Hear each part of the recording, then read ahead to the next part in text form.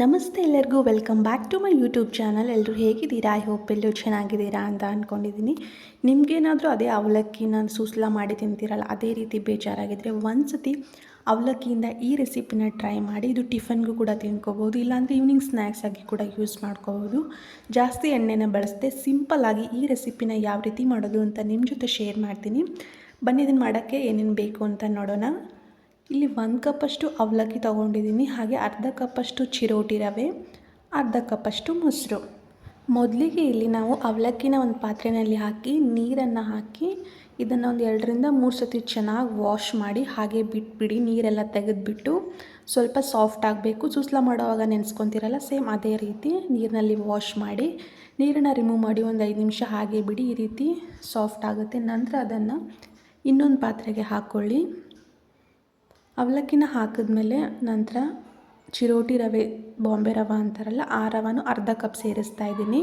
ಹಾಗೆ ಮೊಸರು, ಒಂದು ಅರ್ಧ ಕಪ್ಪಷ್ಟು ಮೊಸರು ಕೂಡ ಸೇರಿಸಿ, ಹಾಗೆ ಸ್ವಲ್ಪ ಖಾರಕ್ಕೆ ರೆಡ್ ಚಿಲ್ಲಿ ಪೌಡರ್ನ ಯೂಸ್ ಮಾಡ್ತಾಯಿದ್ದೀನಿ. ನೀವು ರೆಡ್ ಚಿಲ್ಲಿ ಪೌಡರ್ನ ಕಡಿಮೆ ಮಾಡಿಬಿಟ್ಟು ಗ್ರೀನ್ ಚಿಲ್ಲೀಸ್ ಕೂಡ ಯೂಸ್ ಮಾಡ್ಕೋಬೋದು, ಚಿಕ್ಕದಾಗಿ ಕಟ್ ಮಾಡಿ.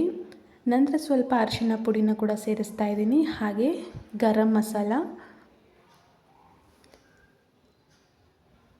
ಮಸಾಲನ ಹಾಕಿ ನಂತರ ಸ್ವಲ್ಪ ಜೀರಿಗೆನ ಹಾಕ್ತಾಯಿದ್ದೀನಿ. ಜಾಸ್ತಿ ಹಾಕಕ್ಕೆ ಹೋಗಬೇಡಿ, ಸ್ವಲ್ಪ ಜೀರಿಗೆನ ಸೇರಿಸ್ಕೊಳ್ಳಿ.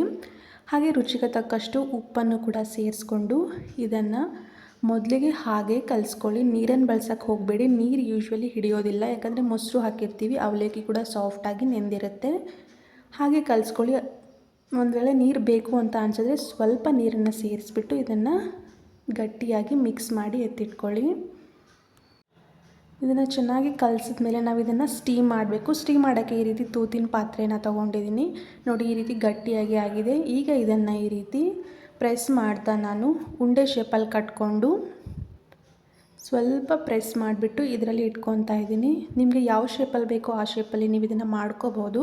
ಇಲ್ಲ ರೌಂಡಾಗಿ ಇದ್ದರೆ ಚೆನ್ನಾಗಿರುತ್ತೆ ಅಂದರೆ ರೌಂಡಾಗಿ ಸ್ಮಾಲ್ ಬಾಲ್ಸ್ಗಾಗಿ ಕೂಡ ಮಾಡ್ಕೋಬೋದು. ಈ ರೀತಿ ಎಲ್ಲವನ್ನು ಮಾಡ್ಕೊಂಡ್ಬಿಟ್ಟು ಈ ರೀತಿ ಪಾತ್ರೆಗೆ ಇದನ್ನು ಎತ್ತಿಟ್ಕೊಳ್ಳಿ.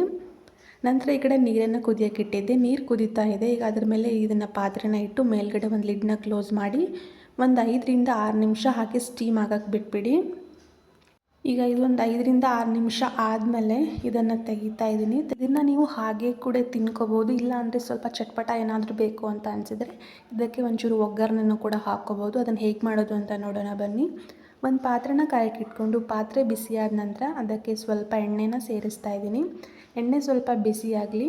ಎಣ್ಣೆ ಬಿಸಿಯಾದ ನಂತರ ಅದಕ್ಕೆ ಎಳ್ಳು ಹಾಕ್ತಾಯಿದ್ದೀನಿ. 1 ಟೇಬಲ್ ಸ್ಪೂನಷ್ಟು ಬಿಳಿ ಎಳ್ಳನ್ನು ಸೇರಿಸಿ ಸ್ವಲ್ಪ ಜೀರಿಗೆನ ಕೂಡ ಸೇರಿಸ್ತಾ ಇದ್ದೀನಿ. ಇವೆರಡು ಸ್ವಲ್ಪ ಫ್ರೈ ಮಾಡಿಕೊಂಡು ನಂತರ ಇದಕ್ಕೆ ಗ್ರೀನ್ ಚಿಲ್ಲಿನ ಈ ರೀತಿ ಕಟ್ ಮಾಡ್ಕೊಂಡ್ಬಿಟ್ಟು ಹಾಕ್ಕೊಳ್ಳಿ. ನಾನಿಲ್ಲೊಂದು 2 ಗ್ರೀನ್ ಚಿಲ್ಲಿನ ಈ ರೀತಿ ಉದ್ದಕ್ಕೆ ಕಟ್ ಮಾಡಿಕೊಂಡು ಸೇರಿಸಿದ್ದೀನಿ.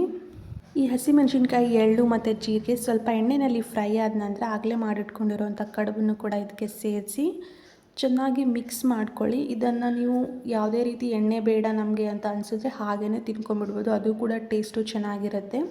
ಇಲ್ಲ ನಮಗೆ ಸ್ವಲ್ಪ ಒಗ್ಗರಣೆ ಎಲ್ಲ ಇರಲಿ ಅಂತ ಅನಿಸಿದ್ರೆ ಸ್ವಲ್ಪ ಎಣ್ಣೆ ಬಳಸ್ಕೊಂಡು ಈ ರೀತಿ ಕೂಡ ಒಗ್ಗರಣೆನ ಹಾಕ್ಕೋಬೋದು.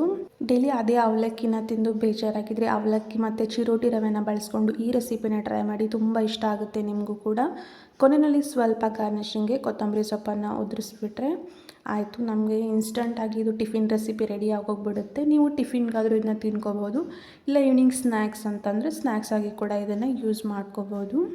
ನೀವು ಕೂಡ ಒಂದು ಸತಿ ಟ್ರೈ ಮಾಡಿ, ತುಂಬ ಇಷ್ಟಪಡ್ತೀರಾ. ಹಾಗೆ ಹೇಗೆ ಬಂದಿತ್ತು ಅಂತ ನನಗೆ ಕಮೆಂಟಲ್ಲಿ ತಿಳಿಸಿ. ಮತ್ತು ನೆಕ್ಸ್ಟ್ ವಿಡಿಯೋದಲ್ಲಿ ಸಿಗ್ತೀನಿ. ಅಲ್ಲಿವರೆಗೂ ಹೀಗೆ ವಿಡಿಯೋ ನೋಡ್ತಾ ಸಪೋರ್ಟ್ ಮಾಡ್ತಾಯಿರಿ. Thank you for watching.